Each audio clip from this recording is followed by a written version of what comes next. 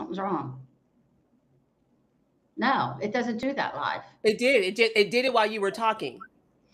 So you know what? That's one of the disadvantages of going live because we are so used to going different ways on YouTube. Thank you so much for visiting us at Optimize Her too. So now you can see what Quincy and I go through. I'm Barbara E. Ringrose, the founder of Wow Women Optimizing Women. You can view my website at wowwomenus.com. And LaQuincy and Nichols is right here with us too.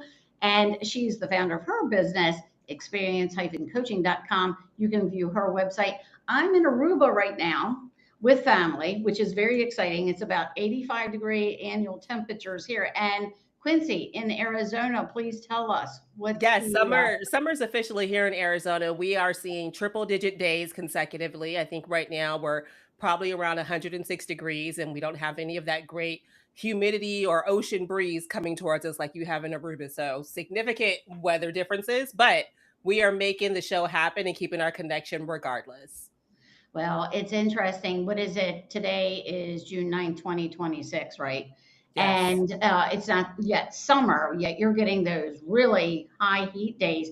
And here in Aruba, interesting phenomenon. You think of the Caribbean islands as having these trade winds. And of course, they do have the trade winds, no Hmm. different here in Aruba, which is farther over in the Caribbean than most of the other Caribbean countries, of course. But what we've been experiencing in Aruba over the last couple of weeks, maybe 4 or 5 weeks lately, was this year the Sahara Desert. The dust from the Mm. Sahara Desert has been blowing this direction. And sometimes you can barely even see downtown where you could easily see it before. So it's interesting how weather in other areas of the world, we don't necessarily think about that, but how it can affect us, global Hmm. warming. We talk about all those things. And while we're on the subject of this, I can't apologize for what's happening when my guests come to the house in Aruba because I have no control. And that's a bit about what we're going to talk about, isn't it? Oh yeah. This is going to be a good one because I think sometimes as women, just as people, just depending on your background, how you were sort of socialized, we start with apologies for things that are sometimes well beyond our control, and they're just circumstances that happen, but we take this sort of position that we have to absorb the impact or what has happened, and we start with these apologies. And sometimes you've ever met someone, Barb, and they apologize for everything, and at a certain point it doesn't even hold any value anymore. It's just empty words. That's a great introduction to this topic. I was at a restaurant the other day, and the woman just repeatedly apologized and said, "One time, please, one time, and you're done." And the reason I really grasped onto that with her and shared that with her was there was a gentleman who came in my office years ago, and I was doing his mortgage application, and I kept apologizing because everything was so screwy. We were at the height of the government regulatory Hmm. situation. 2008 had come and gone, and then Oh, sure. regulations flowed everywhere. Everything was getting delayed. There was so many different changes in processing, and what I did is my job. And the man said to me, Barbara, you don't have to apologize, you already did it once. And that really stuck with me, and this is Hmm. something I think should stick with other people, Quincy. I think so too, and I think it is to me not shocking that it is a man that gave you that advice, right? Because I do think they really hold apologies close, right? It's not something they sort of deal out as cards to everyone that comes around them. They really have to understand what has happened and possibly what is the impact and how that has affected you. I think we have moved into a culture, especially, either with just the quick little quips of "I'm sorry" or "my bad," or these things that really don't hold any value. And oftentimes, if you stop for just a moment and sort of break someone in the cycle of them and their apology and just ask Right. them, "What exactly are you even apologizing for?" And They you're right, it doesn't oftentimes it don't doesn't know. it doesn't hold any weight. It doesn't hold any water after a while. You're just like, well, you No. boys stop. You said it enough already. Interestingly enough, my granddaughter is down. So my Okay. daughter, her husband, granddaughter came down. And one of the things, it's a phase I'm sure she's going through, is she Sure. apologizes for so many things that are just totally out of her control. So that's why this also resonates with me. I saw this in your newsletter and I thought, what a great topic of Hmm. conversation because it's hitting me on both the business side with you and what you're doing present day, and then also in our family and what's happening in dynamics. And you mentioned boundaries are something I wrestle with for some reason, and we just seem to have so many boundaries, and they're used and abused and so forth. But what would you set up? How would this affect the boundary situation in a relationship, whether it's personal or professional?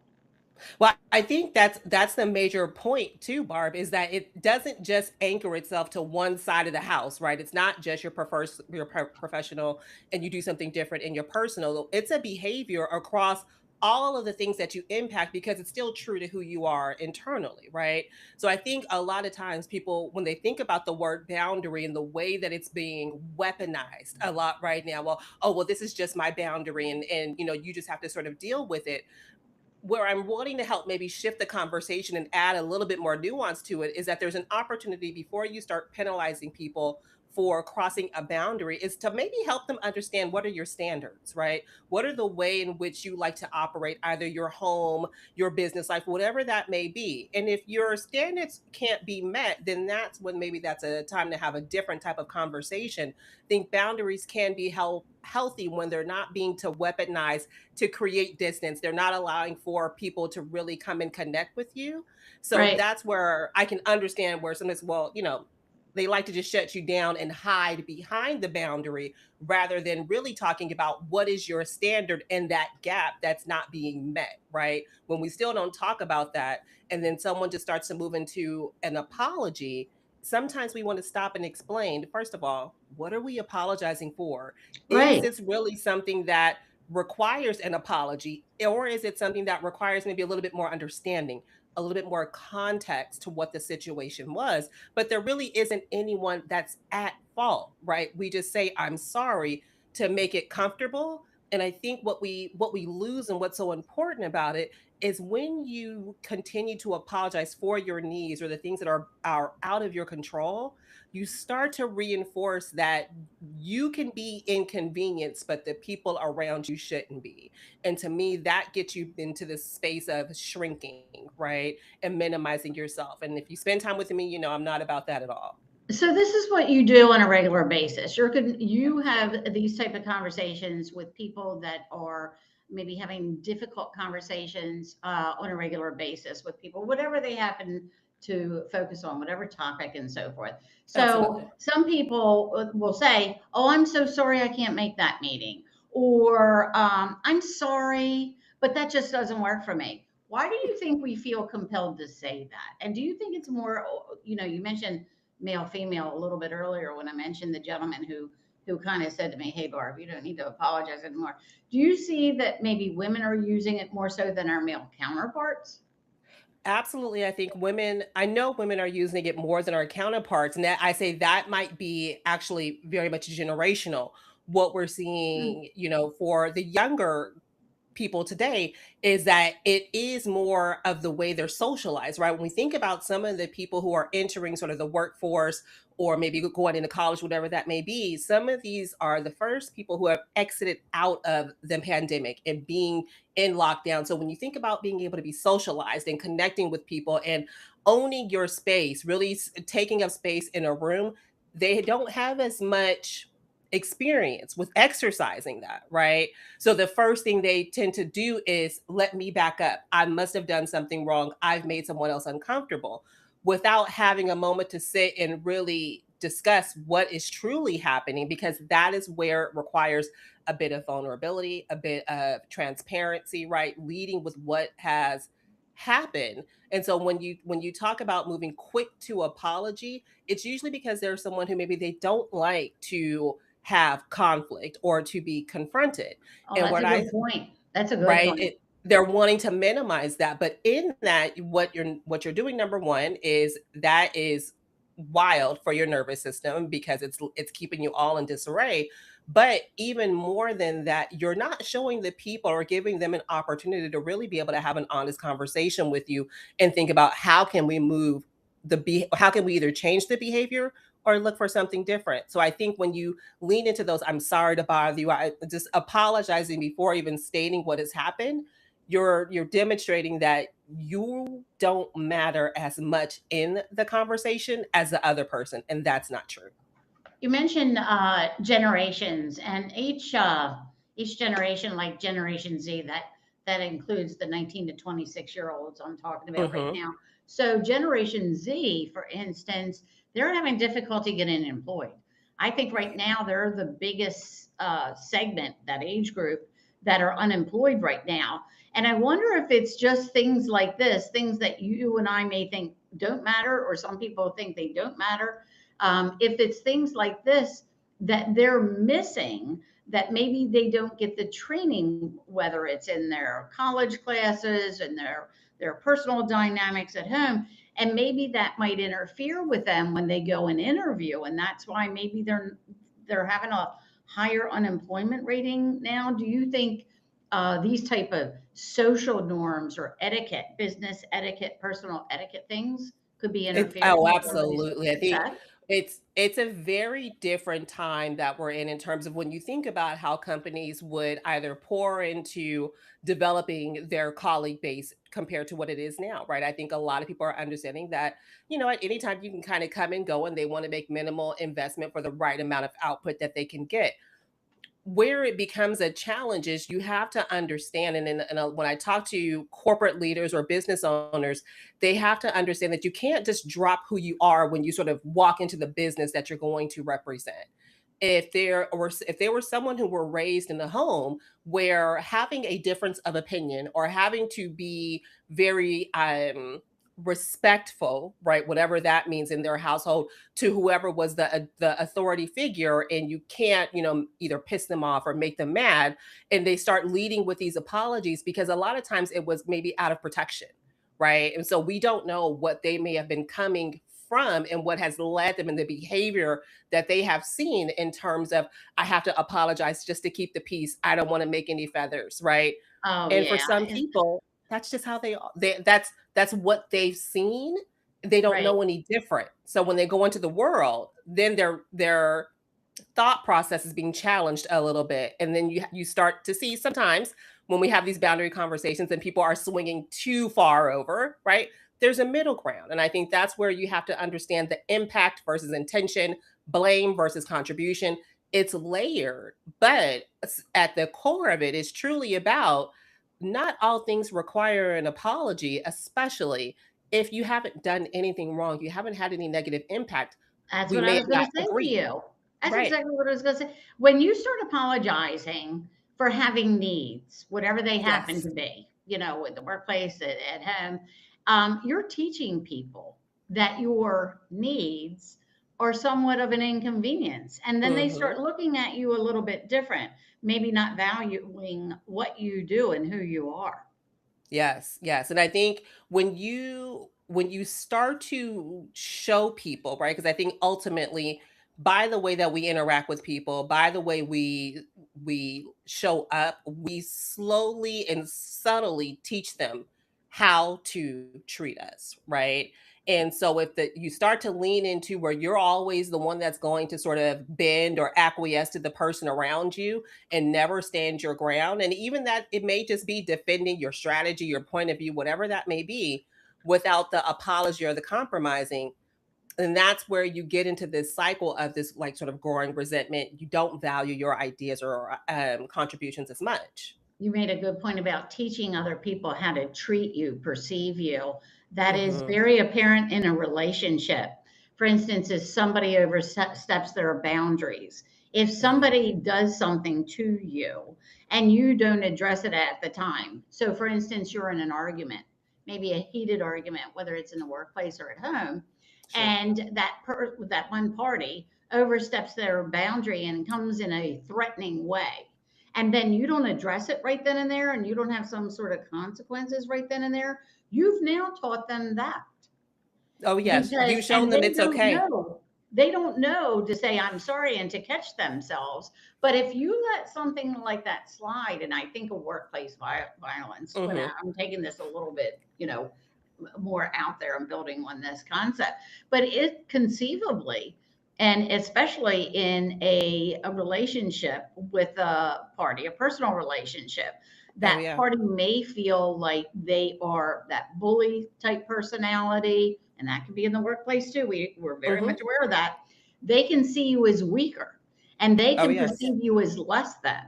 And this is something I think that we need to get a grip on how we deal with these things. And what you do at experiencecoaching.com Oh is yeah. very helpful under these difficult things, because something so little as somebody just going from apologizing and then somebody taking that, maybe somebody with that type of mentality, taking that you're less than, you're not that Hmm. important on the team.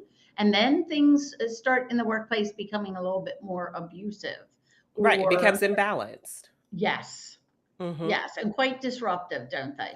Absolutely, and it's hard because the other people in the room, right? It's often not just a one-on-one situation. They're also in a place of seeing that, right? And so Mm-hmm. when you can take some time and assuming that you're dealing with reasonable and rational people most times, but when you Right. do have those workplace bullies that do exist, that could be your peer, it could be a direct report, it could also be your boss at times, right? Just depending on their background and how sensitive or adverse they may be to conflict, they may not want to lean into it at all, right? And so when you're apologizing, you're really leaving the door open for them to continue to mistreat you, Mm-hmm. right? And with that Happens on a mistreatment, personal level and a professional level, especially in a exactly. male and female situation, or a partner and partner, whatever the Yep. dynamics happen to be.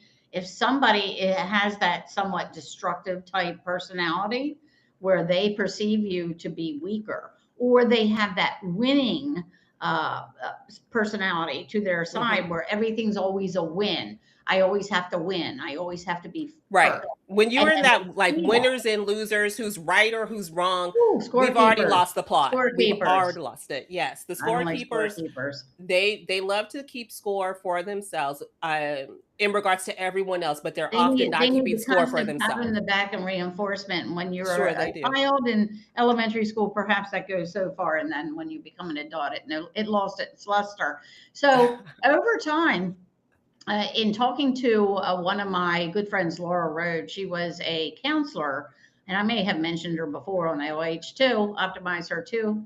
Um, Laura told me that bullying, you mentioned bullying in the workplace, and even with management level, is actually on the rise. And it is such a Mhm. problem that she is now creating a course, and I'm sure we'll hear more from Laura in the future, so that she can present that to Yeah. corporations on how to handle this. And something so little as you thinking, somebody apologize, I'm sorry, boss, I'm sorry, boss. And then eventually there are people, like you said, they're watching this situation. And then do they start being judgmental? And then they start devaluing that person that's on the team, especially when that mentor or that management level or that administration level type personality is the one who's kind of coming down on that person, making them feel a little bit less than. Yeah, and what's so sad about that oftentimes, Barb, is that most times sometimes companies are unwilling to make the change, which should be the manager, right? Take them out of the role, because what they're doing is creating a toxic workplace for all the people that they have influence and impact on, rather than what they do is they want to remove the direct report, right? Because maybe they're being seen as non-agreeable, they're hard to work with, all these other reasons, when truly it is the person who is supposed to be sort of the lead of the ham of the people or the strategy, and Right. they are unaware that because of the way they are showing up, the energy they are bringing to the room, why are people having feeling this necessity, this desire to shrink when you walk in? Why can't they feel expansive and Yeah. open, We had a right? regional president of the bank. He felt like he was bigger than everybody else, and in more ways the one. And I remember when I first started working there, this particular bank, everyone said, "Oh, you have to watch out for him, and you have to watch out for this one. And if you don't have your name tag," and people actually shudder, they actually cower that these people can do this and minimize their role in the job or in the corporation or on the Hmm. team. And it's sad that people in that type, with that type level, with those Yeah. type credentials, that they have that much power to diminish people. And you want to build people up, not bring people down. So I'm thinking here, we don't owe anyone an apology. Yeah. We're in the workplace. We have to be careful how we say, um, I can't make that meeting. Right. Unfortunately, I don't have time in my schedule. There's different ways to handle that instead of using the apology method It's where I'm not, coming the out, I'm apology sorry, is I not can't make it. needed. I'm sorry, it doesn't fit my time. I'm sorry, I'm sorry. Having the boundaries, yeah, I don't think, or at least having some sort of expectations and letting other people know when they're contacting you what your time constraints are. Well, I schedule meetings on Monday, Tuesday, Wednesday. Let people know that. Right. You don't need to Or apologize you're it's not just as, available Thursday and Friday. and exactly, right? Yeah, And I think being able to do that, but then also staying with the facts. If you're unable to make the meeting, guess what? The person on the other side, regardless of what the reason is, the end result is that you're unable to attend. So whether right. that requires you need to get some follow-up notes, maybe have a sidebar conversation, then that's fine. But ultimately that's not going to change the outcome of the situation. I'm always going to say where you can start really paying attention to the areas where you want to lead with an apology, stop yourself for just a I moment and bet you really people are going to question. think about this the next time their boss asks them something, says, I'm sorry, I can't make that. They'll start using things like, wait a minute, I'm thinking about what Barbara and Quincy said and say, Yes, that just doesn't quite work for me. right. Do you have an alternative schedule or alternative time instead of, I'm sorry, I can't make your meeting, even though we're going to be bored to tears going there anyway. But Right, or, sometimes you may have a couple meetings, you might be double or triple booked, right, exactly. given your scope and responsibility, and that may be a conversation to say, "I have 3 different meetings right now, which one do I need to prioritize based on outcomes or results?" Rather than apologizing, staying very fact-based will allow for you to stay in control of the situation without having to minimize yourself. That doesn't really require feelings. This is a business relationship that you have here. Yeah, and Yeah. personal as well now, my Absolutely. little 9-year-old granddaughter, you don't have to keep saying her daddy keeps saying, you don't have to keep saying, I'm sorry, I'm sorry. I kind of think it's one of those phases, and maybe it's some kind of cliche things that's Mhm. happening out there in her little world. They do certain things, as we do too. We say certain things because Yeah, we because hear it sometimes over we and just over, don't know and how to open and start the conversation, right, with saying, "This is what's gonna exactly. happen," because behind the "I'm sorry" is, "I don't wanna disappoint you," Well, and right? that's true too. I think a lot of us would somewhat feel that way.